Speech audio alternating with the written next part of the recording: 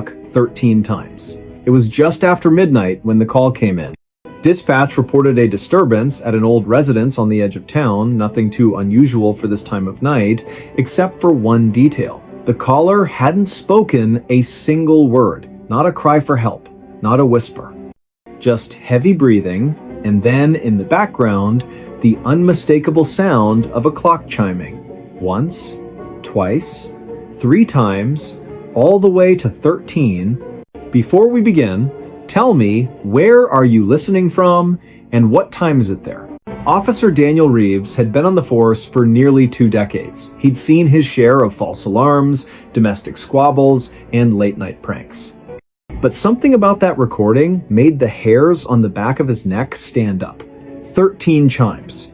No clock he'd ever encountered struck 13. Not in real life. Not unless something was very, very wrong. The house sat at the end of a long, overgrown driveway, shrouded by oaks that hadn't been trimmed in years. Its windows were dark, the paint peeling like dead skin. A rusted mailbox leaned sideways, its letters long faded. No car in the driveway, no lights on inside. Just silence, thick, suffocating silence. Reeves stepped out of his cruiser, hand resting lightly on his belt. The air was colder than it should have been for this time of year. He approached the front porch, boots crunching on brittle leaves. The wooden steps groaned under his weight, each creak echoing like a warning. He knocked. No answer. He tried the doorknob. Unlocked. Inside, the smell hit him, first damp wood, old paper, and something faintly metallic. Like copper. Like blood that had dried days ago. The living room was frozen in time. A threadbare armchair facing a cold fireplace, a coffee table stacked with yellowed newspapers, a rotary phone off the hook, its cord dangling like a severed vein. And then he saw it. In the far corner of the room, standing against the wall like a forgotten heirloom, was an antique grandfather clock, tall, ornate. Its wood darkened with age, its face cracked but still legible. The hands were frozen at 12:59. Reeves frowned. If the clock had just chimed 13 times, why weren't the hands moving? He stepped closer. The floorboards didn't creak this time. It was as if the house itself was holding its breath. Then, without warning, the clock began to tick. Not the soft, rhythmic tick of a functioning timepiece. This was erratic, stuttering, like a heartbeat trying to restart after flatlining. Tick, tick, tick, pause, tick. Reeves reached for his radio. Dispatch, this is Unit 7. I'm inside the residence. No sign of the caller, but... The clock struck. 1. He froze. 2. His hand tightened on the radio. 3. The sound wasn't coming from the clock alone. It echoed from the walls, from the ceiling, from somewhere deep beneath the floor. 4. He backed away slowly, eyes locked on the clock face. 5. The minute hand twitched, then jerked forward past 12. To 1. 6. The room temperature dropped, his breath fogged in front of him. 7. A whisper brushed past his ear. Not words, just breath. Cold, wet. 8. He spun around. Nothing there. Just shadows stretching longer than they should. 9. The front door slammed shut behind him. 10. He ran to it, tried the knob. Locked. From the outside. 11. The ticking stopped. 12. Silence. 13. The clock face cracked down the middle. Glass shards fell to the floor like ice. And from inside the hollow cavity where gears and weights should have been, something moved. Not mechanical. Fleshy. Wet. Reeves didn't wait to see what it was. He kicked open the back door, stumbled into the yard, and didn't stop running until he was back in his cruiser, engine roaring, lights flashing. He never went back. The house was condemned a week later after neighbors reported strange noises always at night, always ending with 13 chimes. The city sent a crew to demolish it, but when they arrived, the house was empty. Not just abandoned, empty. No furniture, no walls, no floorboards, just a concrete foundation. And in the center of it all, the grandfather clock still ticking. They tried to remove it. Chains snapped, crowbars bent. The crane's engine died the moment the hook touched its frame. So they left it there. And every night, just after midnight, if you drive past that lot, if you roll your windows down and listen very, very carefully, you'll hear it. Tick, tick, tick. And then, clear as a bell. 1, 2, 3, all the way to 13. No one knows who built that clock, or why it counts beyond 12. But those who've heard it say the same thing. After the 13th chime, you don't feel like yourself anymore. Your thoughts get borrowed. Your reflection lingers a second too long. And sometimes, in the dead of night, you wake up standing in front of that empty lot, staring at the clock, waiting for it to call your name. Dispatch logs still list the original call as unverified disturbance. But Reeves? He retired early, moved 3 states away, changed his number, still checks his locks twice before bed. Because last Tuesday, just after midnight, his own wall clock, brand new digital battery powered, chimed once. Then twice. He unplugged it. It chimed a 3rd time. He hasn't slept through the night since. And if you're listening to this right now, ask yourself, what time is it where you are? Because if it's just past 12, you might want to cover your ears. Stay safe out there. His name wasn't on list. It started with a clipboard. Not a dramatic object, not something you'd expect to send chills down your spine, just a standard issue, weathered clipboard with a frayed metal clip and pages of neatly printed names. Standard procedure for any official evacuation. Standard until it wasn't. The setting was a small coastal town, quiet, the kind of place where everyone knows your coffee order and your dog's name. The streets were lined with salt-bleached shingles and porch swings that creaked in the breeze. Tourists came in summer for the lighthouse and the fresh crab rolls, but locals stayed year-round, bound by generations of tides and tradition. But that night, the ocean wasn't calm. A storm was rolling in, not the usual summer squall, but something deeper, angrier. The kind that makes birds fall silent hours before it hits, that sends dogs whining into closets, and old fishermen muttering prayers under their breath. The barometric pressure dropped so fast, some people reported nosebleeds. Authorities issued a mandatory evacuation for the low-lying neighborhoods. Not a suggestion, not a warning, a direct order. Buses lined the main street, engines idling in the thickening humidity. Volunteers in bright vests guided families to safety, checking names off printed manifests. Everything seemed under control, organized, efficient, almost routine, except for one man. He stood near the back of the line, duffel bag slung over his shoulder, eyes scanning the crowd like he was searching for someone who never showed up. He wasn't panicking. Not exactly. But there was a tension in his posture, a stillness that didn't belong among the chaos of crying children, barking dogs, and the occasional sob from someone clutching a framed photo. He wore a faded windbreaker, jeans, and boots caked with sand. Nothing unusual. Yet, people kept glancing at him, then looking away quickly, as if their eyes refused to settle on him for too long. When it was his turn, he stepped forward and gave his name to the volunteer holding the clipboard. The volunteer, a college student named Marcus, working community service hours after a minor traffic violation, frowned. He ran his finger down the list, then back up, then again, slower this time, squinting under the flickering emergency floodlight. "I'm sorry," Marcus said, voice low enough that only the two of them could hear. "But your name? It's not here." The man blinked. Once. Twice. "That can't be right. I live on Seaview Lane, number 42. Marcus checked again, flipping to the next page, then the previous one. All residents from Seaview Lane are accounted for. Evacuated an hour ago. Your name, it's just not on the list. A cold silence settled between them, even as the wind picked up around them, whipping papers and plastic bags into the air like startled ghosts. "I've lived there for 12 years, the man said, voice steady but tight, like a rope pulled to its limit. "I pay taxes. I get mail. I'm on the census. I'm times here asterisk." Marcus hesitated. He looked to his supervisor, a retired firefighter named Ellis, who'd been overseeing the operation from a folding chair under a pop-up tent. Ellis had a face carved by decades of smoke and salt, his left eyebrow permanently raised from an old burn scar. He approached slowly, boots crunching on gravel, and took the clipboard without a word. He scanned the list. His expression didn't change, but his knuckles whitened around the metal edge. "He's right," Ellis said finally, voice gravelly but calm. "You're not listed." The man's face went pale, not the pale of fear, but the grayish pallor of someone realizing the ground beneath them has vanished. "Then, who's been living in my house?" No one answered. Because the truth was, according to every official record, the utility company, the post office, the county assessor, even the local grocery store's delivery logs, number 42 Seaview Lane, had been vacant for over a decade. The previous owner, an elderly widow named Eleanor Voss, had passed away quietly in her sleep during a winter storm.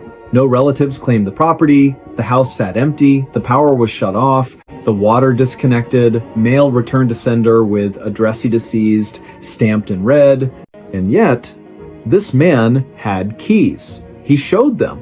A keychain with a worn-down fob from a hardware store that closed 5 years ago, a spare house key with grooves smoothed by years of use, even a garage remote that still blinked green when he pressed the button. He pulled out his driver's license address matched. His phone showed recent photos, the living room with his dog on the rug, sunlight streaming through lace curtains, the kitchen with coffee mugs drying on the counter, a half-eaten apple beside the sink, the backyard where he'd planted tomatoes just last spring, their vines already heavy with green fruit. None of it should have existed. Authorities let him board the bus, not because they believed him, but because turning someone away during a mandatory evacuation wasn't protocol, and frankly, no one wanted to argue with a man who looked like he hadn't slept in days and carried the weight of something no one else could see. He sat alone in the back, staring out the window as the town disappeared behind sheets of rain. The storm broke just as they crossed the bridge, out of town, lightning splitting the sky like a seam, thunder so deep it vibrated in your ribs. He didn't flinch, just kept watching the rearview mirror as if expecting something to follow. The next morning, after the storm passed and the floodwaters began to recede, a team went to inspect Seaview Lane. Every house was intact, flooded in some cases, shingles torn off, porches washed away, but standing, except number 42. It was gone. Not destroyed, not collapsed. Asterisk. Gone asterisk, as if it had never been built. The lot was empty, overgrown grass, a single mailbox post leaning in the mud, but no foundation. No rubble? No sign a structure had ever occupied that space? Even the old oak tree that used to shade the front yard? Vanished. Roots, trunk, everything. They checked satellite imagery from the past 5 years. Nothing. No house, no driveway, no roofline, not even a shadow where one should have been. But the man's photos? Still on his phone. Clear, detailed, real. Timestamps verified by the device's internal clock. Geotags placed him squarely at coordinates that, according to every map, were just empty land. He was questioned for hours, polygraphed, his background checked by state and federal databases. No criminal record, no history of mental illness, no aliases. He worked as a marine biologist at the local university, specializing in deep-sea sediment analysis. Quiet, reliable, never missed a day of work. Colleagues vouched for him, described him as the kind of guy who brings soup when you're sick and never mentions it again. His dog, a golden retriever named Finn, was found wandering near the evacuation center, collar still on, leash trailing behind, muddy but unharmed. Finn's microchip registered to the same address. Now, here's where it gets stranger. A week later, a maintenance worker at the county records office was sorting through archived property files, paper backups, the kind no one looks at anymore, when he found something odd. Tucked into a folder labeled Seaview Lane Vacant Properties was a single sheet of paper, a handwritten addendum, dated just 3 days before the storm. It listed a new resident for number 42, name, the man from the bus. Occupation, marine biologist. Emergency contact, none. Signature at the bottom, but not his. The handwriting was identical to Eleanor Voss's, the one who died over 10 years ago. Same looping cursive, same slight tremor in the T-cross. The paper smelled faintly of salt water and lavender, her favorite scent, according to neighbors who remembered her tending roses in a wide-brimmed hat. The clerk showed it to his supervisor. The supervisor called the sheriff. The sheriff called the state archives. No one could explain how it got there. The file had been sealed since the property was declared abandoned. No one had accessed it in years. They tried to track down the man again. He'd vanished, left his hotel room without checking out, left his dog with a neighbor who'd only known him as the quiet guy from Seaview, left his job, his bank accounts untouched, his car parked at the university lot with a half-finished coffee in the cup holder. The only thing missing was the clipboard, or so they thought. Months later, a hiker in the northern woods over 200 miles away reported finding a backpack near an abandoned ranger station. Inside, a waterlogged journal, its pages swollen but legible, a rusted key that didn't match any known lock, and a single page torn from an official evacuation list. One name was circled in shaky handwriting, not his own. Beneath it, scribbled in the margin, asterisk, if your name isn't on the list, you were never supposed to leave. Asterisk. The journal contained daily entries, mostly mundane tide patterns, water temperature readings, grocery lists, but in the final weeks, the tone shifted. Entries became fragmented. Paranoia crept in. Asterisk. The neighbors don't wave back anymore. Asterisk. Asterisk. Mailbox is full, but no mail. Asterisk. Asterisk. Finn barks at the empty chair. Asterisk. The last entry, dated the morning of the evacuation, reads simply, asterisk. They're coming to take the house. I have to be on the list. Asterisk. Investigators combed through every angle. They interviewed former residents of Seaview Lane. One elderly woman, bedridden in a nursing home, whispered through tears that she'd seen lights in number 42 just last Tuesday, even though the power had been off for years. Another claimed the widow Eleanor used to say the house only lets in those it chooses. Then there was the audio. During the evacuation, a body cam from a nearby officer accidentally captured the moment the man spoke to Mark. In the background, barely audible over the wind, you can hear something else, a low hum, almost subsonic. And then, just as the man says, I'm here, a faint voice layered beneath his own whispers, asterisk. But you weren't. Asterisk. The recording was analyzed by 3 separate audio labs. All confirmed, the second voice wasn't electronic interference, it matched no known voice in any database. And it spoke in perfect sync with the man's lip movements, except the words were different. To this day, no one knows how he got on that bus. No one knows who or what was living in that house. And no one can explain why, during every major storm, emergency dispatch receives a call from a number that doesn't exist. A voice whispering just one sentence before the line goes dead. Asterisk. Check the list again. Asterisk. Some say the house wasn't erased. It just stepped out of time. That it exists in the gaps between breaths, between heartbeats, between the seconds when no one is looking. And the man? Maybe he wasn't the resident.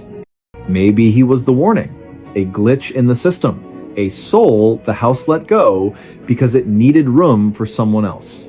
Because here's the thing they don't tell you about evacuation lists. They're not just about who's leaving. They're about who's allowed to. And if your name isn't there, maybe you were never really there to begin with. Maybe you were just borrowed. And maybe, somewhere out there, another clipboard is being prepared. Another storm is gathering. And another man is standing in line, heart pounding, hoping his name appears before the clock runs out. Stay safe out there. She woke in wrong house. It began with a headache. Not the sharp, stabbing kind, not the migraine that blinds you. This was deeper, like pressure building behind her eyes, as if her skull were slowly filling with wet sand. She'd gone to bed early, exhausted from a double shift at the hospital, and remembered little after her head hit the pillow. Just the hum of the ceiling fan, the soft weight of her cat curled against her ribs, and then nothing. Until she woke up. Cold linoleum beneath her bare feet, the smell of mildew and old wood, a dim yellowish light filtering through grimy windows she didn't recognize. She sat up slowly, heart hammering, and looked around. This wasn't her apartment. The walls were covered in faded floral wallpaper, peeling at the seams. A threadbare armchair sat in the corner, its stuffing leaking like entrails. On the coffee table, a chipped teacup, cold ash in the tray beside it, and a newspaper dated, but the ink smudged beyond reading. The air was still. Too still. No traffic outside. No distant sirens. No hum of the city she'd lived in for 7 years. She called out, "Hello?" Only silence answered. She checked her phone. Dead. No signal anyway. The charger wasn't hers, thick, old, with a 2-prong plug she hadn't seen since childhood. She tried the light switch, flickered once, then stayed on, casting long shadows that seemed to twitch at the edge of her vision. Panic rose, but she forced it down. She was a nurse, trained for emergencies, assess, adapt, survive. She moved to the front door, locked. Not with a deadbolt, just a simple turn knob lock, the kind you'd find in a house from decades ago. She twisted it, pulled. The door opened, not to a hallway, not to a street, to a forest. Thick, ancient trees pressed close, their branches knotted like arthritic fingers. Fog clung to the ground, swirling gently as if breathing. No path, no road. Just endless woods stretching into gray mist. She slammed the door shut. Back inside, she searched for clues. In the bedroom, a narrow bed with a crocheted blanket, a dresser with a cracked mirror, no photos, no personal items, just a single hairbrush on the nightstand with strands of dark hair that weren't hers. She was a redhead. In the kitchen, the refrigerator hummed weakly. Inside, a carton of milk well past its expiration, a half-eaten loaf of bread moldy at the edges, and a single jar of pickles, her favorite brand. The same one she always bought. That's when the nausea hit. Not from the smell, from the impossibility. How did her favorite pickles end up in a stranger's fridge in a house that shouldn't exist? She tried the back door, also unlocked. Same forest, same fog, same suffocating quiet. She sat on the porch steps, arms wrapped around herself, trying to think. Had she sleepwalked, been drugged, kidnapped, and left here as some cruel joke? But why leave the doors unlocked? Why stock the fridge with her food? Then she noticed something. The trees, they weren't moving. No wind, no rustling leaves, not even a bird call. The forest was frozen, like a photograph or a stage set. She stood, turned back to the house, and froze. The front door was closed. She hadn't shut it. Her breath caught. She approached slowly, hand outstretched. The knob was ice cold. She turned it. Inside, everything was the same, except the teacup was gone. In its place sat a fresh one, steam rising. She didn't touch it. She backed away, heart pounding like a trapped thing. This wasn't right. None of it was right. She needed help. She needed to get out. She walked into the forest. Not because she wanted to, because staying felt worse. The fog swallowed her within minutes. Trees loomed like silent sentinels. The ground was soft, spongy, as if it had never known a footprint before hers. She walked for what felt like hours, though her watch, still on her wrist, showed only 23 minutes had passed. Then she saw it. A house. Identical to the one she'd just left. Same peeling wallpaper, same crooked porch, same yellow light in the window. She ran to it, desperate. Maybe someone was inside. Maybe this was the real world. She burst through the door. The armchair was empty. The teacup sat on the table cold again. And on the floor, near the bed, lay her hospital ID badge. The one she'd worn to work the night before. Her name, her photo, her fingerprint smudge on the corner. She picked it up, hands shaking. Then she heard it. A soft creak from the hallway. Footsteps. Slow, deliberate, coming closer. She ducked into the closet, holding her breath. The footsteps stopped outside the bedroom door. Silence. Then, a whisper so quiet it might have been her imagination. Asterisk.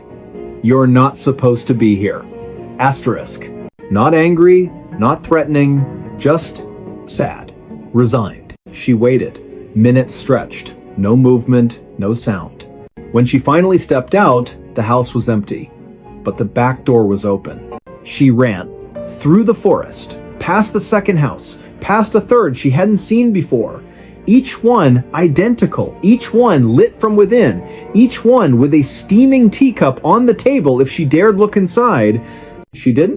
She ran until her lungs burned and her legs gave out. When she woke again, she was in her own bed. Sunlight streamed through familiar blinds. Her cat purred on the pillow beside her. Her phone buzzed on the nightstand, missed calls from work, a text from her sister asking if she was okay. She laughed. A shaky, relieved sound. It was a dream, a stress-induced nightmare. That was all. She got up, showered, dressed, made coffee, checked the fridge pickles in the door, just where she left them. Everything was normal until she opened the closet. On the floor, tucked behind her winter boots, was a single teacup. Chipped, cold, stained with old lipstick. Not hers. She dropped it. It shattered. And that's when she noticed the smell. Faint at first, then stronger. Mildew. Old wood. Forest damp. It was coming from her sheets. From her hair. From inside her lungs. She called in sick, spent the day cleaning, washing everything, scrubbing the floors, throwing out the cup shards. But that night, as she lay in bed, she heard it. A soft creak from the hallway. Footsteps. Slow, deliberate, coming closer. She didn't move, didn't breathe. The doorknob turned, the door opened just enough to let in a sliver of darkness, and from the hallway, the same whisper. Asterisk, you left the door unlocked. Asterisk. She never slept in that apartment again. She moved across town, changed her number, avoided forests, stopped drinking tea. For months, nothing happened. Life returned to normal. She started to believe it was over. Then, last Tuesday, she woke up. Cold linoleum beneath her feet, faded floral wallpaper, and on the coffee table, a fresh teacup. Steam rising. Her favorite pickles in the fridge. And outside the window, the same endless forest, waiting. Only this time, she didn't run. Because deep down, she knew she hadn't woken up in the wrong house. She'd woken up in the only Times house that remembered her, and it wasn't going to let her go again. Police reports list her as a missing person now. Her apartment sits empty, untouched. But neighbors say they sometimes see a light on late at night. And if you press your ear to the door, just after midnight, you can hear two voices, one tired, one calm, talking softly over tea. One asking to leave, the other always answering the same way, asterisk, but you're already home. Asterisk.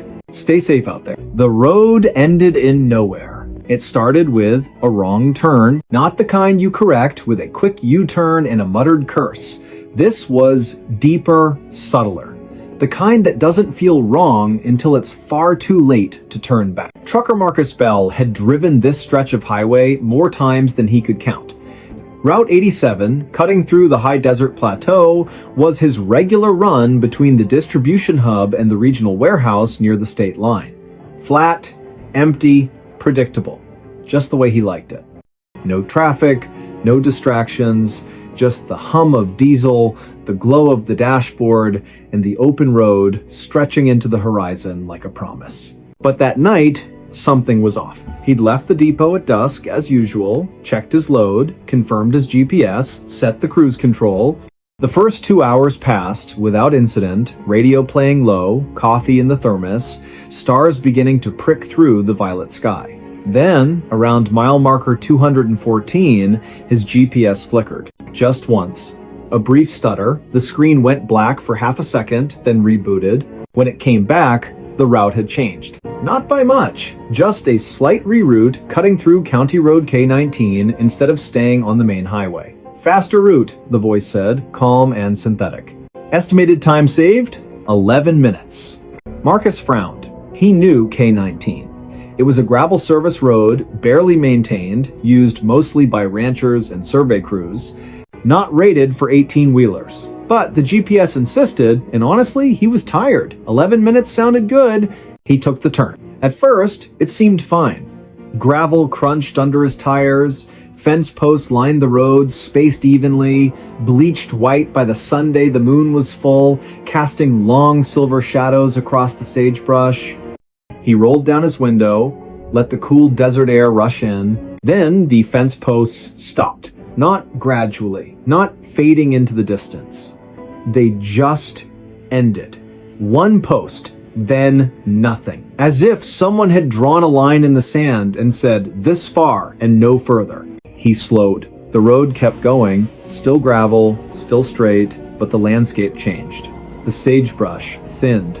The ground grew smoother, almost paved, though it was still dirt. No tire tracks, no footprints.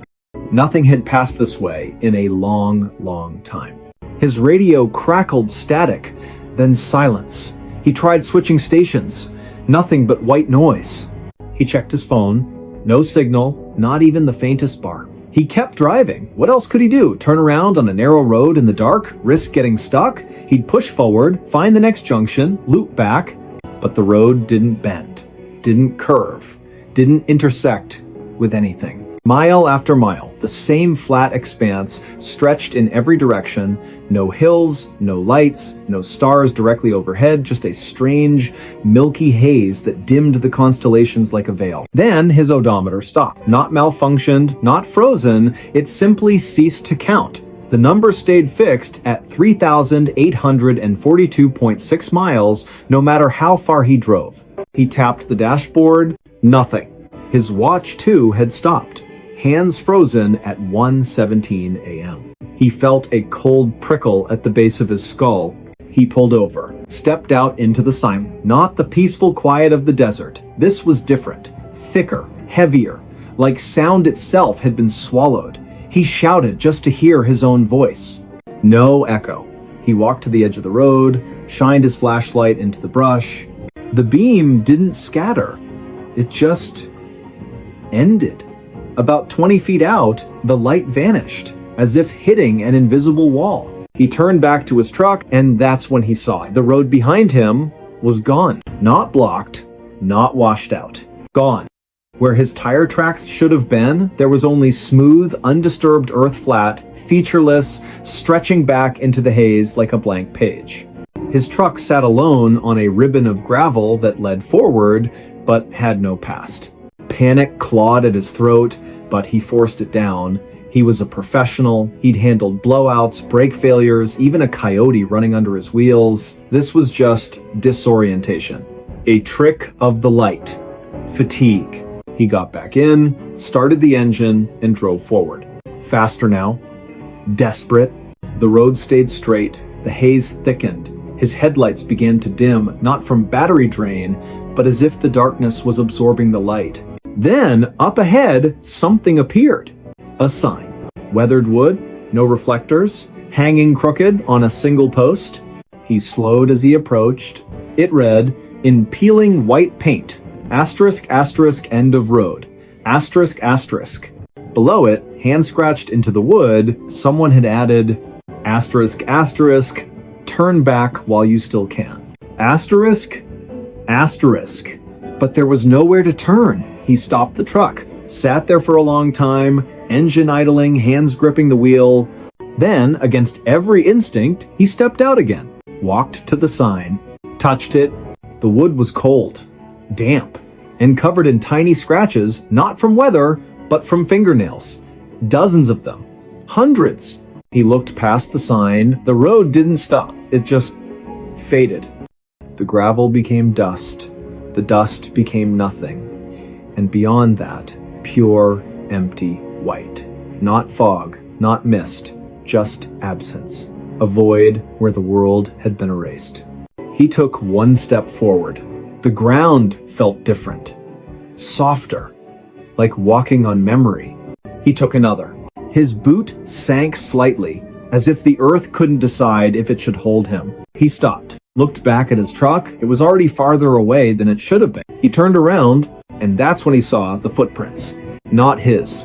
Smaller, barefoot, leading from the void onto the road, toward his truck. His blood turned to ice. He ran.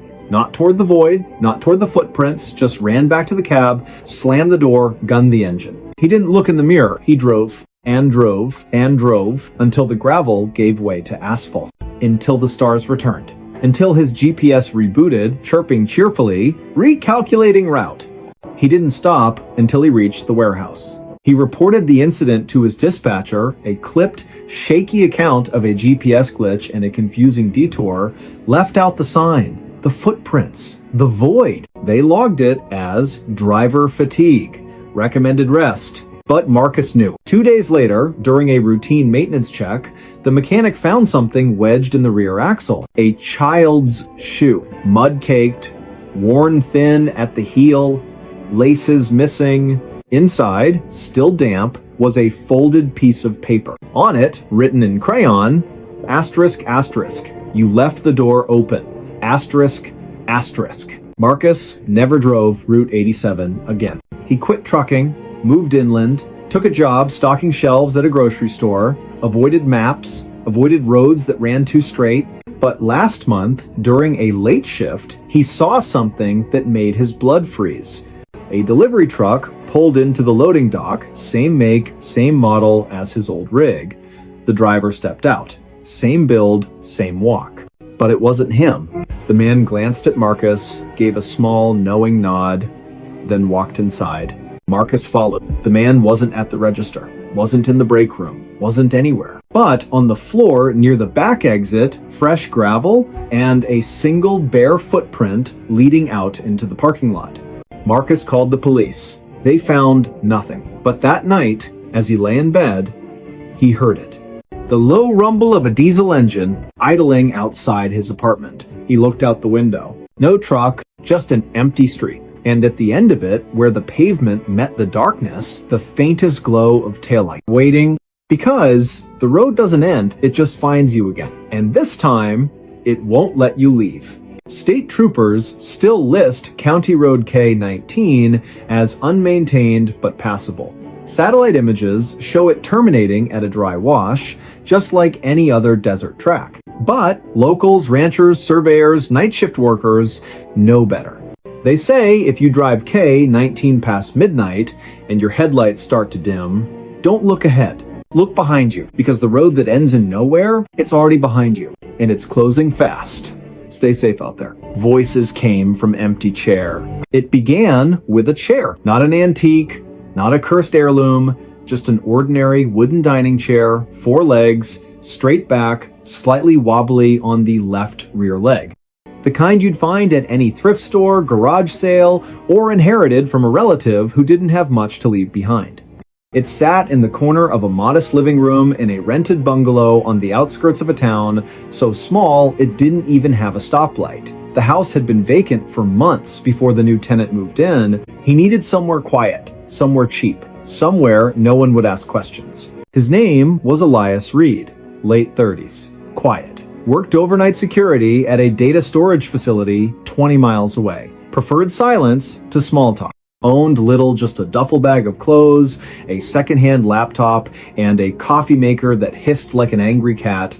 He bought the chair for $8 at a flea market because his back hurt from sitting on the floor. He placed it near the window, facing the yard.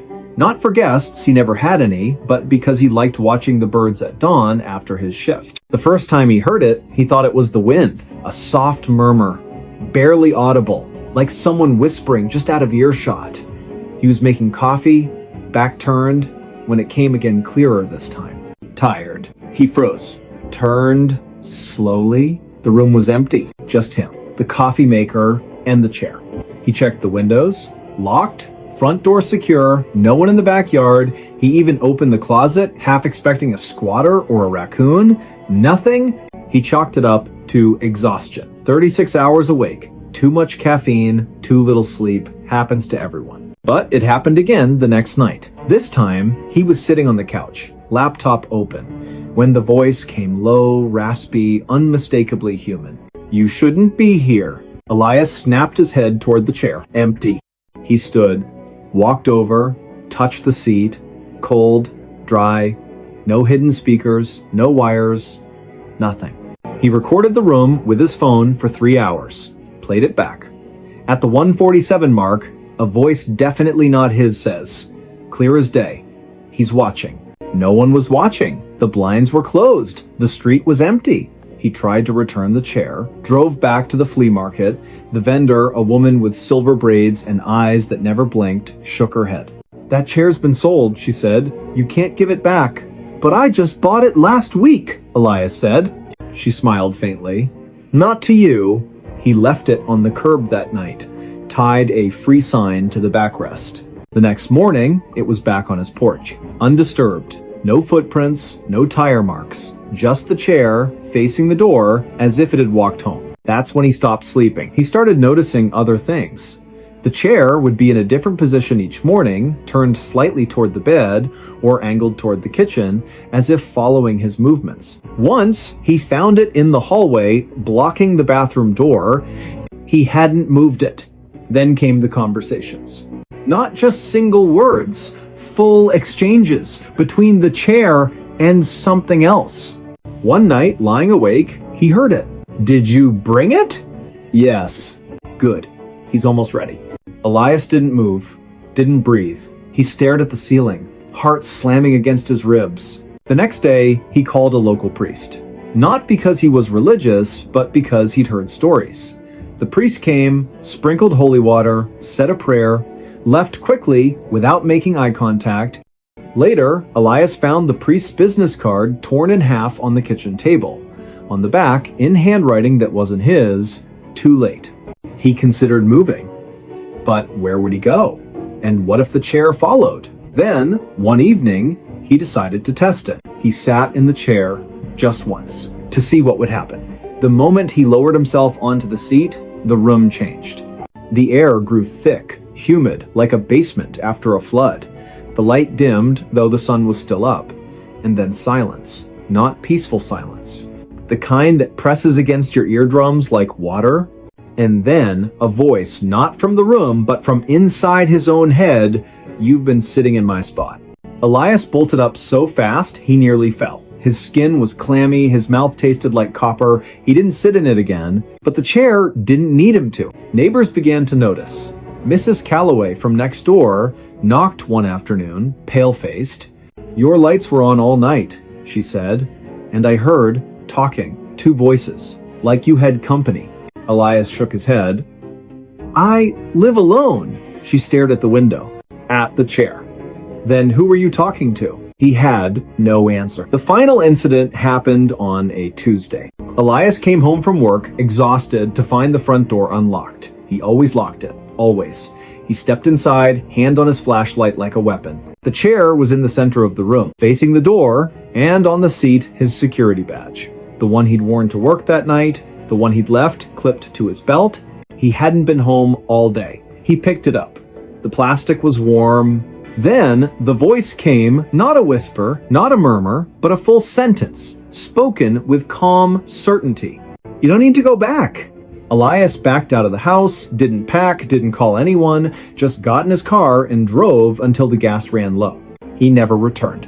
The landlord found the house empty a week later. No note, no forwarding address, just the chair, still in the living room, and a single coffee cup on the table, half full, cold, but not stale, as if it had been poured that morning.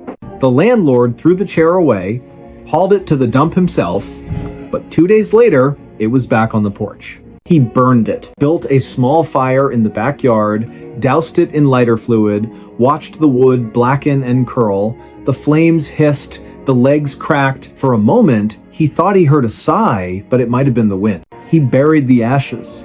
A month passed, no incidents. He rented the house to a young couple. They moved in on a Saturday.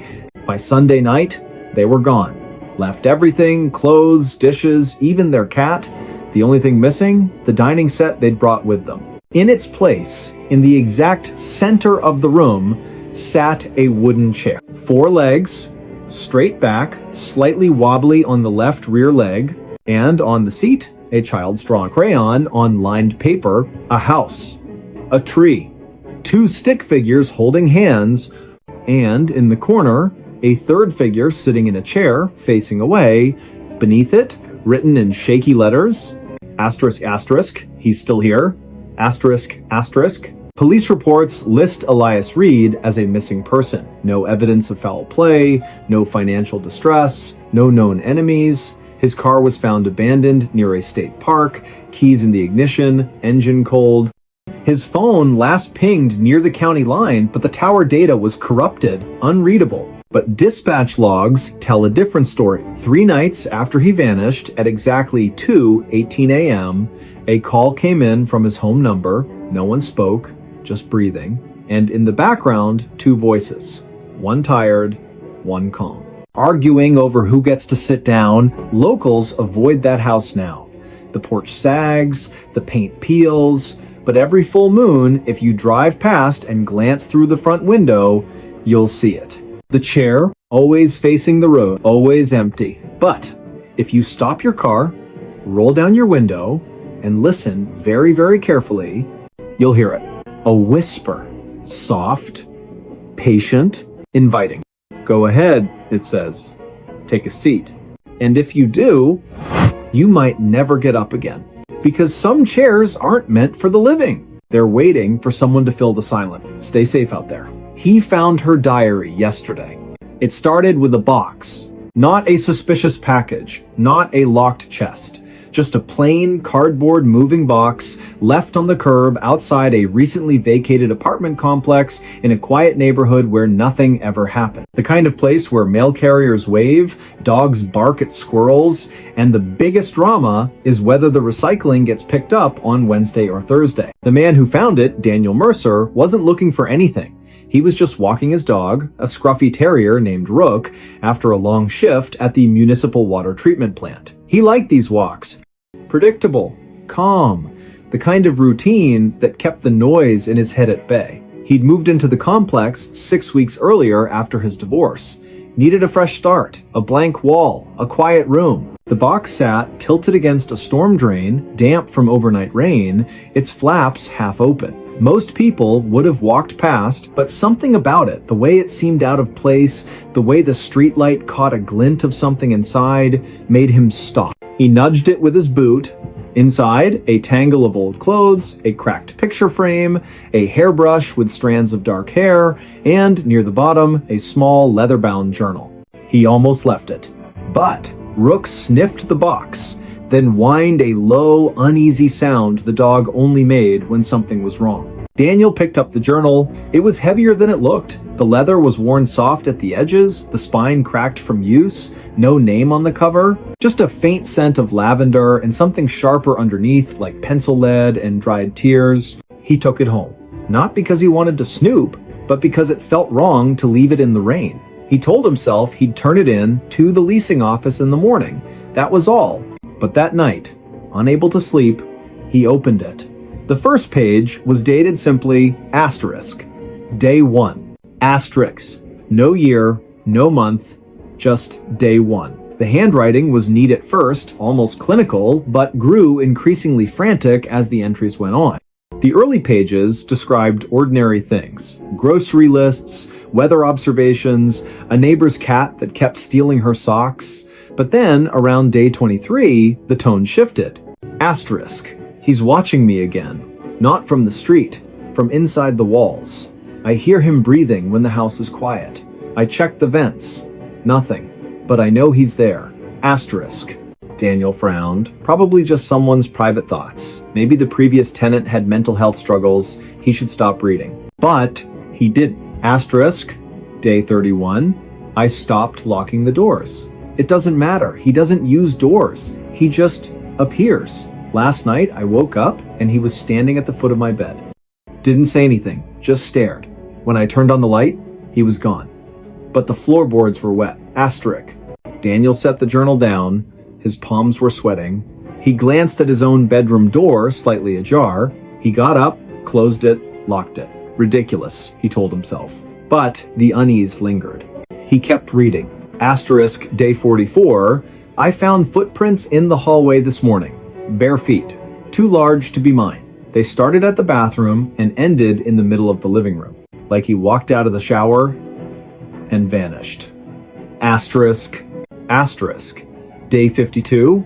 I stopped answering the phone. It rings. Once. Always once. Then stops.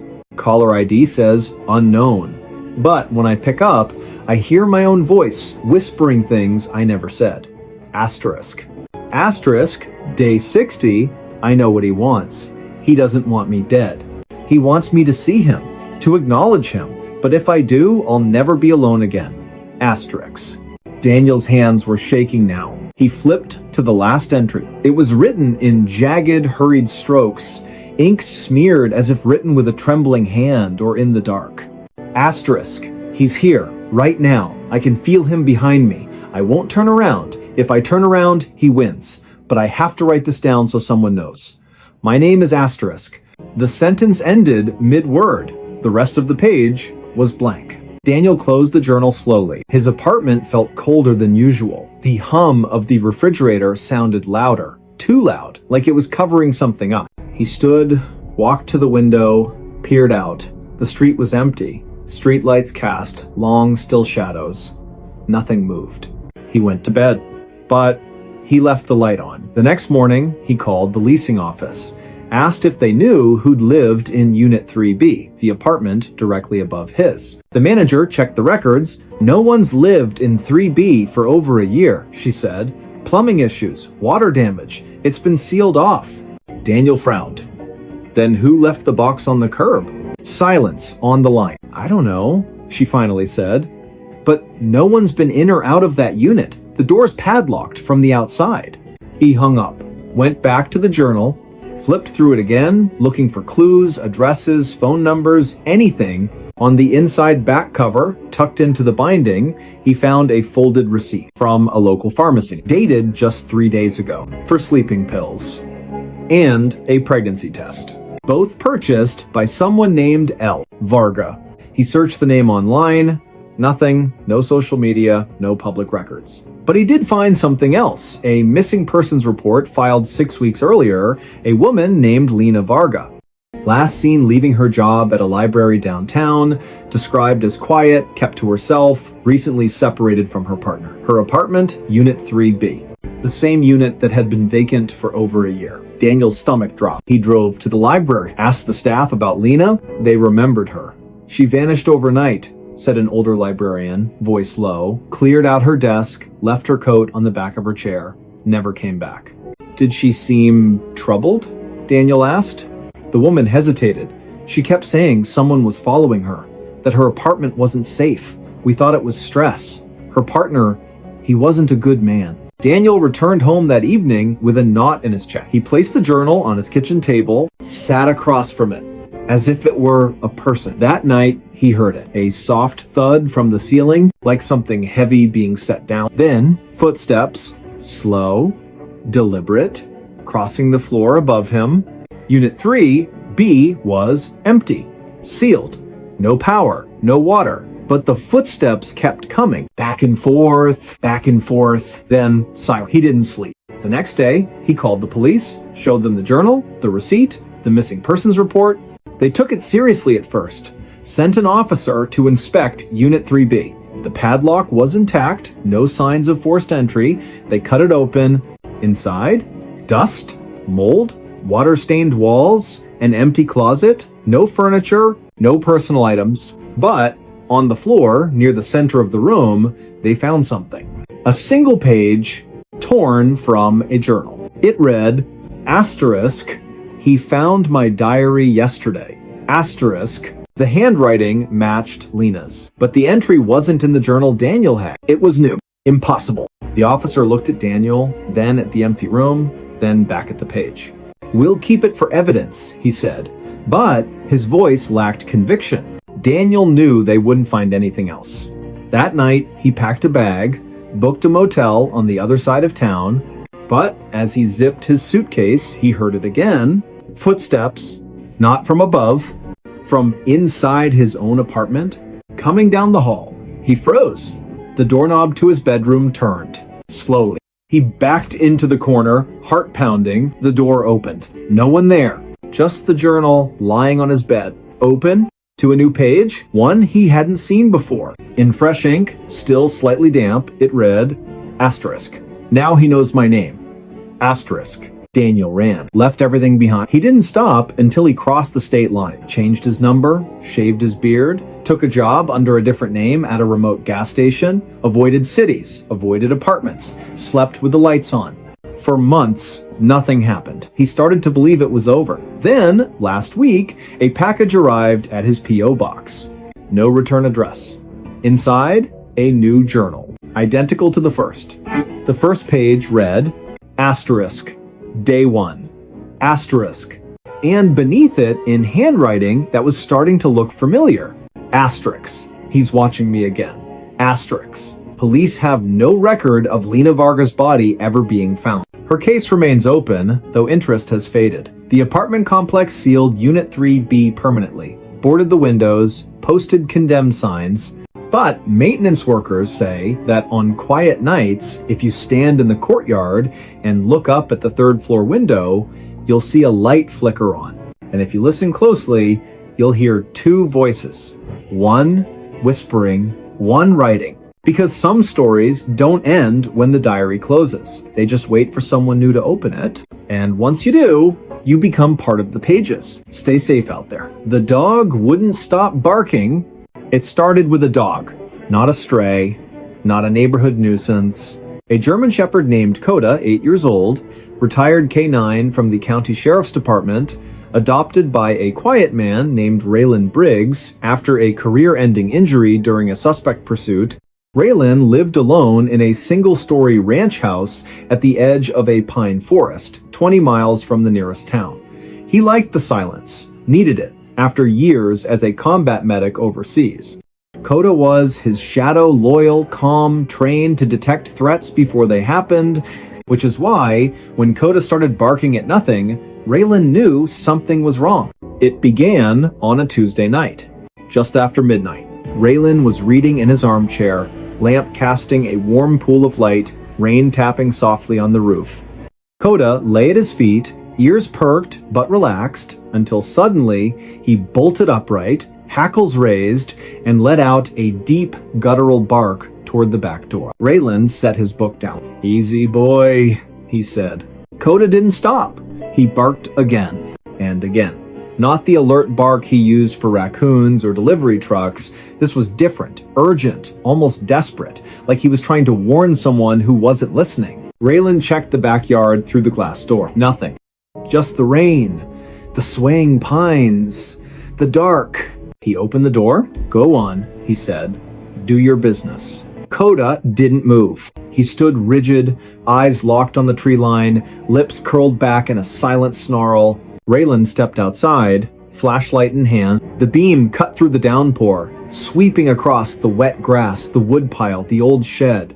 No movement, no eyes reflecting in the dark, no scent of another animal. He called Coda. The dog backed away from the door, still growling low in his throat, and refused to go back inside until Raylan physically guided him. That night, Coda didn't sleep. He paced the house, front window, back door, hallway, living room, stopping every few minutes to stare at a wall or a corner, ears twitching as if tracking something invisible. Raylan checked every lock, every window, even the attic hatch, all secure. The next night, it happened again. Same time, same intensity, but this time Coda barked toward the hallway closet. Not the front yard, not the woods. The closet, Raylan opened it. Coats, boots, a broken vacuum, nothing out of place. Coda lunged forward, barking so hard his whole body shook until Raylan pulled him back. By the third night, Raylan hadn't slept in 72 hours. Neighbors started complaining. One left a note on his door, asterisk, "Your dog's been howling all night. Please control him." Asterisk. But Coda wasn't howling. He was barking. At specific thing. At 12:07 a.m., the hallway mirror. At 12:19 a.m., the basement stairs. At 12:33 a.m., the empty armchair. Each time, Raylan would investigate. Each time, nothing.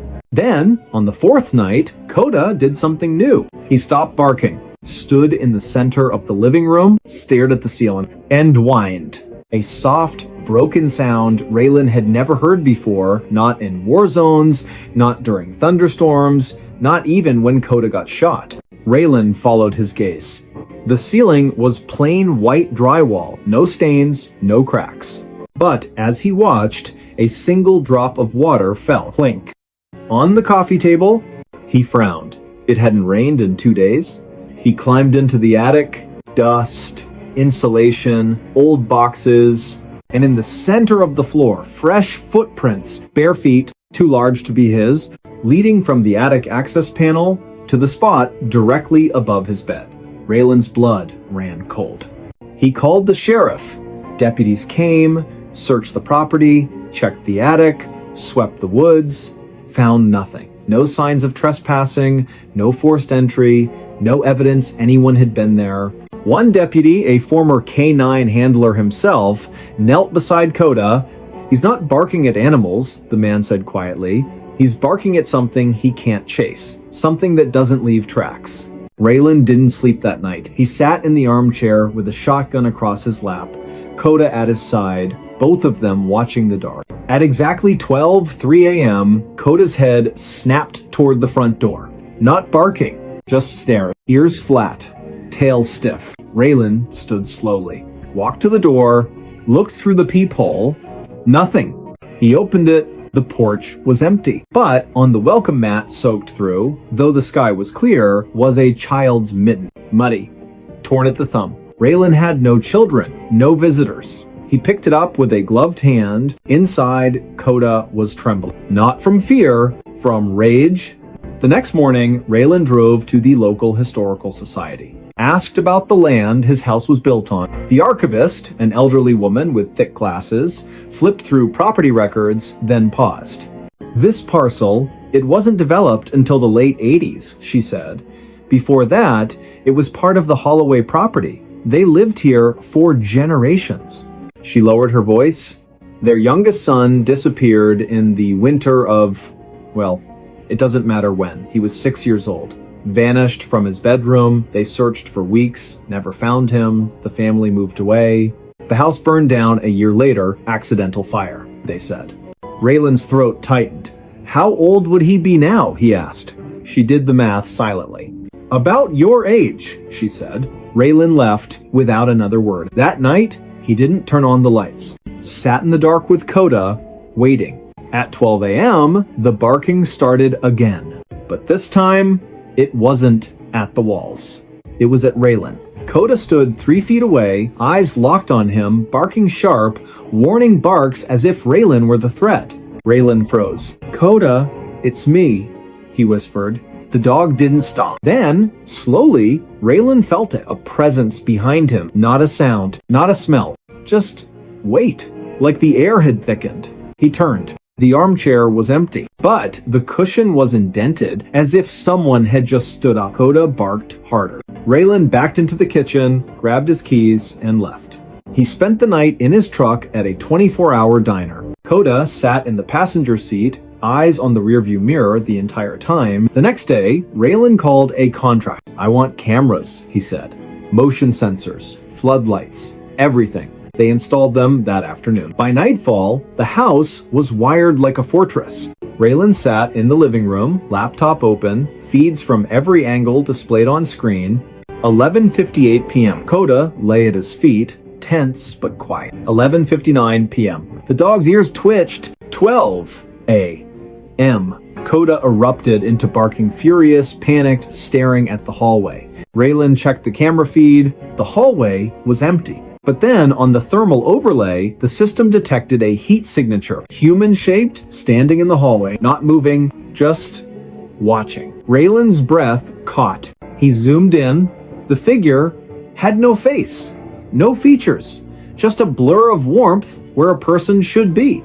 And then, as if sensing the camera, it turned toward the lens, toward Raylan. Coda lunged at the screen, barking so hard he choked. Raylan shut the laptop. He couldn't stay. He packed a bag, loaded Coda into the truck, and drove through the night. He didn't stop until he reached his sister's house 3 states away. For 2 weeks, Coda was calm. No barking, no pacing, just sleeping at the foot of the guest bed, sighing in his sleep like a dog finally at peace. Raylan started to believe it was over. Then, on the 15th night, Coda woke up, stood in the middle of the room, stared at the closet, and barked. Not once, not twice, over and over, until Raylan opened the closet door. Inside, on a shelf of folded blankets, was a small, mud-caked shoe. Child-sized, and beside it, a single pine cone from the woods behind Raylan's old house. Coda never stopped barking after that. Not for food, not for walks, not even when Raylan cried. He just stood by the window facing east, barking into the distance, as if trying to warn someone who was already gone. Raylan moved again and again. Each time, within days, Coda would find something: a toy soldier in the yard, a wet footprint on the porch, a drawing tucked under the windshield wiper showing a house with a dog and a boy holding hands. The sheriff's department ran tests. The items had no fingerprints, no DNA, no logical explanation, but Coda always knew, because dogs don't lie. They don't imagine threats.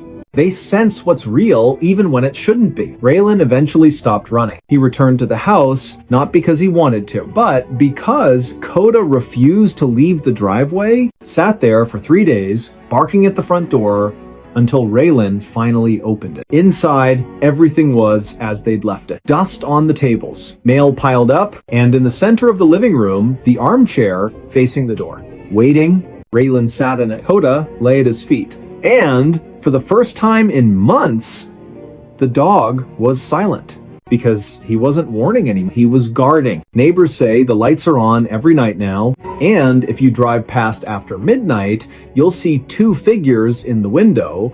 1 man, 1 dog, watching the tree line, waiting, because whatever came that first night, it never left. It just learned to be quiet. But Coda still hears it, and he won't stop barking until it's gone for good, or until no one is left to hear him. Stay safe out there. Footprints led back to me. It started with mud. Not the kind you track in after gardening or a rainy walk.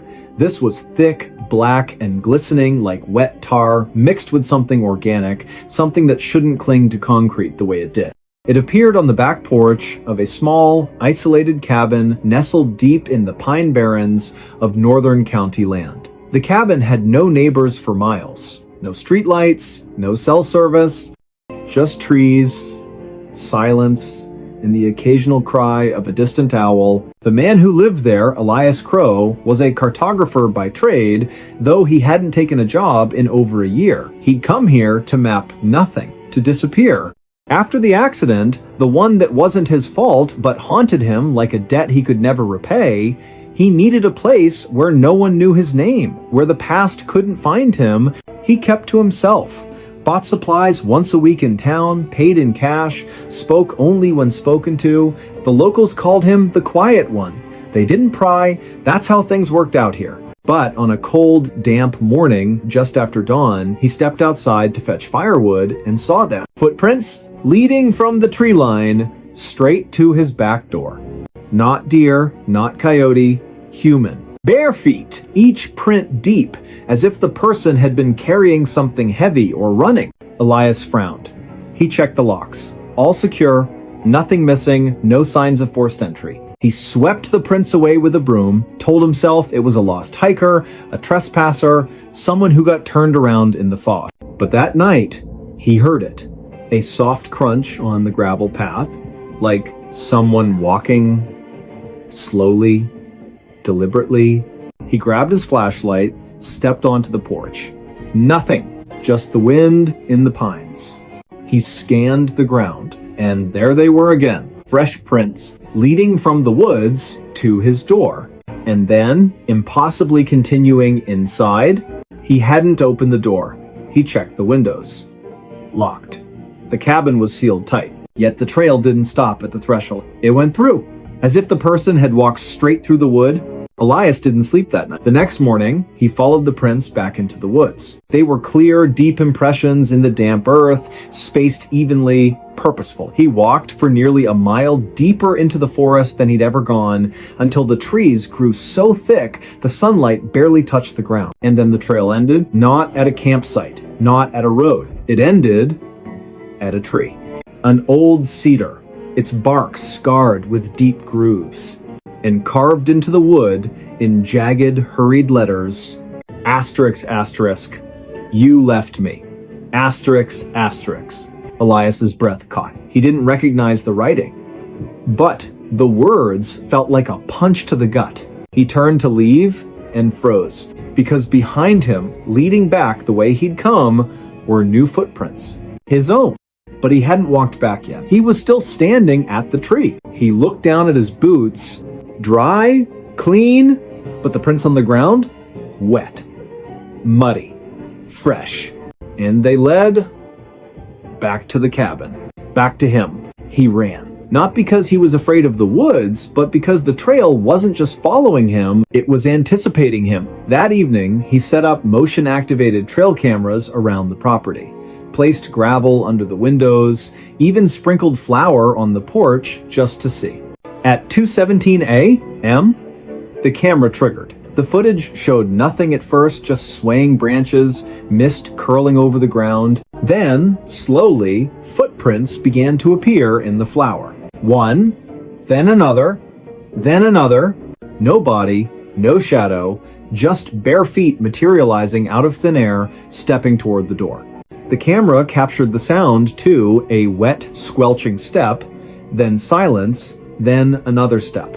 Elias watched it 3 times. On the 4th viewing, he noticed something. The footprints weren't just appearing. They were erasing times themselves behind as they moved forward, like time itself was folding. He called the county sheriff. 2 deputies came out the next day, listened to his story, watched the footage, checked the tree, found nothing unusual. Stress, one said gently. Isolation does things to the mind. Elias didn't argue, but that night, he stayed awake with a shotgun across his lap. At exactly 2:17 a.m., the floorboards creaked. Not from outside. From inside the cabin, he turned on the light. On the wooden floor between the bed and the door were wet footprints, leading from the hallway to the foot of his bed, and then, as he watched, they began to fade. Not dry up. Fade. Like they were being pulled backward through time. He followed them with his eyes to the door. It was locked, but the trail didn't stop there. It continued through the wall, into the hallway, into the living room, and out the front door. He ran outside. The prints led into the woods. He followed them again. This time, they didn't end at the cedar. They ended at a shallow depression in the earth, overgrown, hidden by ferns. He brushed the leaves aside. Beneath them, a rusted metal tag, dog tag, name partially worn away, but the last 3 letters were clear. Asterisk, asterisk, O. Asterisk, asterisk, his last name, his own. He dropped it like it burned, because he'd never owned a dog, never served in the military, never worn a tag, but the accident, the one he never spoke of, involved a vehicle. A rainy night, a sharp curve, and a passenger who didn't make it. A passenger whose name started with J, whose last name was also Crow. His younger brother, they never found the body. Just the car, upside down in the ravine, driver's seat empty, passenger side caved in. Elias had walked away with a concussion, broken ribs, and a silence he'd carried ever since. He'd told investigators he blacked out, that he woke up alone, that he didn't know what happened to his brother. But now, standing in the woods, mud on his boots, tag in his hand, he remembered. He remembered opening the passenger door. He remembered pulling his brother out. He remembered carrying him barefoot, bleeding into the trees, because he was still breathing. And Elias, in his panic, in his guilt, in his desperate hope, had left him there to go get help. But he never came back. He couldn't face it, so he ran and buried the truth. But the truth didn't stay buried. The next morning, Elias packed a shovel, went back to the depression, dug. 6 inches down, he hit something soft. Not bone, clothing. A jacket, rotted but intact. And inside the pocket, a folded map. His own work. A hand-drawn trail through these very woods, with a single X marked near the cedar tree, and beside it, in his brother's handwriting, asterisk, asterisk. I waited. Asterisk, asterisk. Elias fell to his knees. That night, he didn't lock the doors. He sat on the porch, Coda, the stray dog that had shown up weeks ago, and never left lying at his feet. At 2:17 a.m., the footsteps came. But this time, Elias didn't flinch. He watched as the prints appeared on the gravel, leading from the woods to the porch to the chair beside him, the air grew cold. Coda didn't bark, just lifted his head and whined softly. Elias looked to his right. The chair was empty, but the cushion sank slightly, as if someone had just sat down. He didn't speak, didn't cry, just reached into his coat and placed the dog tag on the armrest. "Stay," he whispered. And for the first time in years, the footprints didn't lead away. They stayed right beside him. The next day, Elias reported his brother's remains to the authorities. They exhumed the site, confirmed identity through dental records, closed the case as accidental death with delayed recovery. The X plays the pass of the do that Riauer but the deputies noticed something odd. The footprints around the cabin, they never found any. Not on camera, not in soil samples, not in any official record. Yet Elias's boots were always muddy, and every morning, without fail, a fresh set of bare footprints led from the tree line to the porch and stopped at the empty chair. Neighbors say Elias still lives in the cabin. He's quieter than ever. But if you pass by at dawn, you'll see two figures on the porch. One man, one shadow, sitting in silence. Because some paths don't lead away from the past. They lead you back to it. And sometimes the footprints aren't chasing you. They're waiting for you to catch up. Stay safe out there. No one entered the room. It started with a locked door. Not a vault, not a high-security chamber, just a standard hotel room, room 314, at a modest roadside inn off Highway 9, the kind of place truckers and traveling salesmen use for a few hours of sleep between shifts.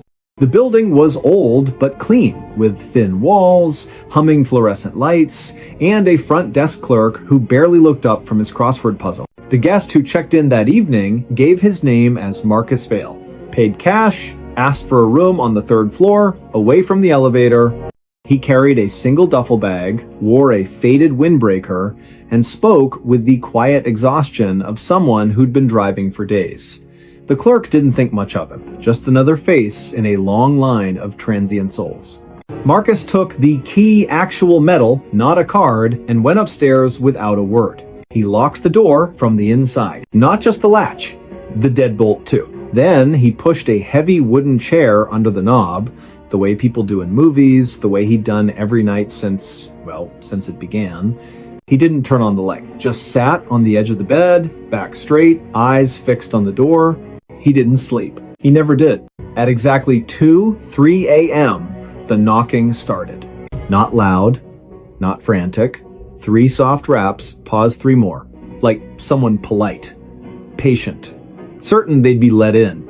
Marcus didn't move. He knew better. The knocking stopped after a minute. Silence returned. He exhaled. Then, on the other side of the door, he heard breathing. Slow, wet, close. Like someone had pressed their face against the peephole. Marcus clenched his fists. He stayed like that until dawn. When the sun rose, he removed the chair, unlocked the door, and stepped into the hallway. Empty. No one in sight. He went downstairs, returned the key, and left without breakfast. The clerk barely noticed. But later that day, during routine cleaning, the housekeeper found something strange. The room was immaculate, bed made, trash empty, towels unused, but on the floor, directly in front of the door, was a single set of footprints, muddy, bare feet, leading right up to the threshold, and stopping, as if whoever made them had simply vanished. She reported it to the manager. They checked the security footage from the third floor hallway. Clear as day, Marcus Vale entered room 314 at 8:47 p.m. No one else approached the door all night. No staff, no guests, no shadows. At 6:12 a.m., Marcus exited alone. But the camera showed something else. At 2:04 a.m., the door handle moved just slightly, as if someone inside had tried to open it. But Marcus never touched it, and no one came from outside. The manager reviewed the footage 3 times. Each time, the same result. No one entered the room. Yet, the footprints were real. The housekeeper swore on her life she hadn't tracked mud in. They deep cleaned the carpet. 2 nights later, another guest stayed in 314. A retired school teacher named Helen Price, she locked her door, as she always did.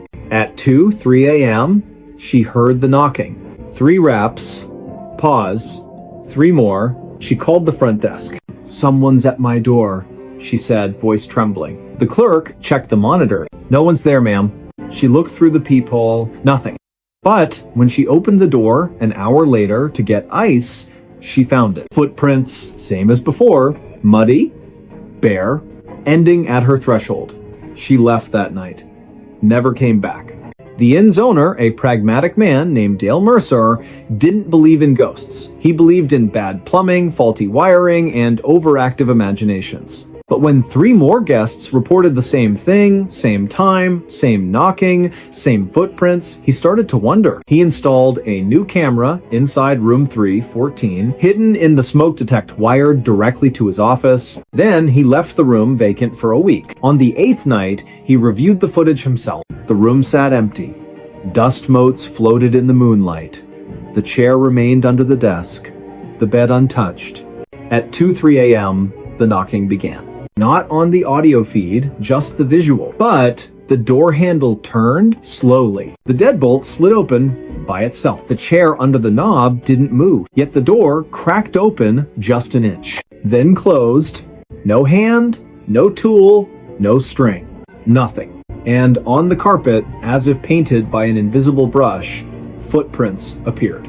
One, then another, walking from the door to the center of the room. They circled the bed, stopped, then walked back to the door and vanished. Dale watched it 6 times. Each time, his hands shook more. He called the local sheriff. Deputies came, swept the room, checked for hidden panels, pressure plates, even drone interference. Found nothing. The room was solid concrete and drywall, no crawl spaces, no vents large enough for a cat. No one entered the room, the lead deputy said, echoing the hotel log. But the footprints were photographed, logged, filed. Then came the call from Marcus Vale. 3 weeks later, he'd checked into a motel 50 miles away, left a message on Dale's voicemail. Voice low, strained. "I know what it wants," he said. "It's not trying to get in." He paused, breath shaky. "It's trying to get out." The line went dead. Dale tried calling back. Number disconnected. He never heard from Marcus again. But the incidents didn't stop. Guests avoided room 314. The inn eventually sealed it, padlocked the door, covered the peephole, posted a "do not use" sign. Yet every full moon, the night staff report something odd. The hallway camera glitches at exactly 2:03 a.m. For 17 seconds, the feed shows static. When it clears, the padlock on room 314 is undone. Not broken, undone, and on the hallway carpet just outside the door, fresh footprints, leading away from the room, down the hall, toward the stairs. But the front desk log shows no one checked out, no one entered the building, no one left. Because no one entered the room, but someone or something is still trying to leave. Investigators later traced Marcus Vale's past. He wasn't a salesman. He was a former orderly at a psychiatric hospital that shut down after a fire. One patient died in the blaze. A man who'd been catatonic for years locked in room 314. The only room with no windows. The only room with a chair bolted to the floor. The only room where, during the evacuation, staff swore they heard knocking. From the inside, after everyone was out, after the doors were sealed, after the fire started, they never found his body. Just a pair of bare footprints in the ash, leading from the bed to the door, and stopping, because the door was locked from the outside. Now, if you drive past that old inn, its sign faded, its windows dark, you might see a light flicker in room 314. And if you listen closely, just after 2 a.m., you'll hear it. 3 soft knocks, pause. 3 more, not asking to come in, asking to be let out, but no one's there to open the door. Because no one entered the room, and no one ever will. Stay safe out there. The photo had extra person. It started with a photograph. Not an old yellowed portrait tucked in a dusty attic, not a blurry image from a ghost tour or a cheap Halloween prop. This was real. digital, taken on a crisp Saturday afternoon during a weekend hiking trip deep in the Cascade foothills, just 3 friends, a trail map, and the kind of silence that only exists when you're miles from the nearest road. No cell service, no agenda, just boots on dirt, the smell of pine resin in the air, and the kind of easy laughter that only comes when you've known someone since you were kids. Lena Chen had planned the trip. She'd needed it. Work had been relentless, endless Zoom calls, deadlines that bled into weekends, a life measured in notifications and unread emails. She wanted to disappear for a couple of days, just reset. Marcus and Eli agreed without hesitation. They'd been inseparable since middle school, the kind of friendship that didn't need words to survive.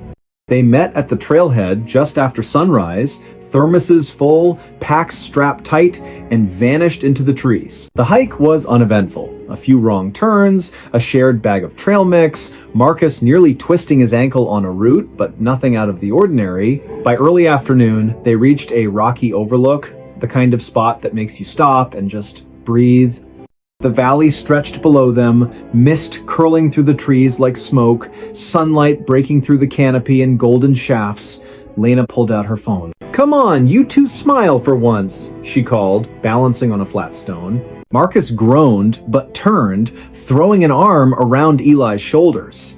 Eli rolled his eyes, but grinned anyway. They struck their usual pose, the one they'd done since high school graduation, since road trips and late-night diner runs and hospital waiting rooms. Lena snapped the photo. One shot. Perfect lighting. No need for a second. That night, back at the rented cabin, wood stove crackling, rain tapping the roof, Lena uploaded the day's photos to her laptop while the guys played cards at the kitchen table. She scrolled through them absently, Marcus tripping, Eli mimicking a squirrel, a blurry shot of a hawk overhead. Then she reached the group photo. She froze. Her finger hovered over the track. Behind them, in the shadowed tree line, just to the left of Eli's shoulder, stood a fourth figure. Tall, thin, dressed in dark, nondescript clothing that seemed to absorb the light rather than reflect it, not blurred, not a trick of motion, fully in focus, as if they'd been standing there, posing. Lena's stomach dropped. She zoomed in. The figure's hands hung at their sides, head tilted slightly, not looking at the camera, looking at times her asterisk. "Guys," she said, voice low. They looked up. She turned the screen. Marcus leaned in. "What the hell?" Eli squinted. "Is that a hiker?" "No one was on that trail," Lena said. "We didn't see a single person all day." They checked the metadata, timestamp 2:14 p.m. GPS coordinates matched the overlook exactly. No filters, no editing. The photo was raw, straight from her phone's camera roll. "It's gotta be a double exposure," Marcus insisted. "Or lens flare." But Lena knew better. She'd been facing that exact patch of woods for nearly a full minute before taking the shot. She would have seen someone. She would have felt someone. They deleted the photo, went to bed, but the next morning, Lena opened her cloud backup just to confirm it was gone. It was there. And the figure was clearer, not because the image had changed, but because the shadows had shifted. Now, the face was partially visible, pale, gaunt, eyes wide open, staring directly into the lens. She didn't tell the guys. Instead, she ran a reverse image search. Nothing. Posted it anonymously to a well-known paranormal forum under the title asterisk. "Hiking photo, anyone seen this before?" Asterisk. Within hours, replies flooded in. Most were jokes. "Your new hiking buddy. Ghost tour guide. That's just Dave. He's always photobombing." But one message stood out. Sent from an account with no profile, no history, no IP trace. It read, asterisk. "That's not a person. That's a placeholder, and it's still looking for you." Asterisk. Lena deleted the post, blocked the account, told herself it was nonsense. That night, she woke to a sound. A soft tap on her bedroom window. She lived on the second floor of a quiet apartment complex. No trees nearby, no fire escape. She pulled back the curtain. Nothing. But on the glass, fogged slightly from the cool night air, was a handprint. Small, delicate, not hers. And below it, written in the condensation, Asterisk, asterisk. I was in the photo too. Asterisk. She packed a bag before dawn, stayed with a cousin across town, changed her number, avoided mirrors, avoided group photos, avoided forests.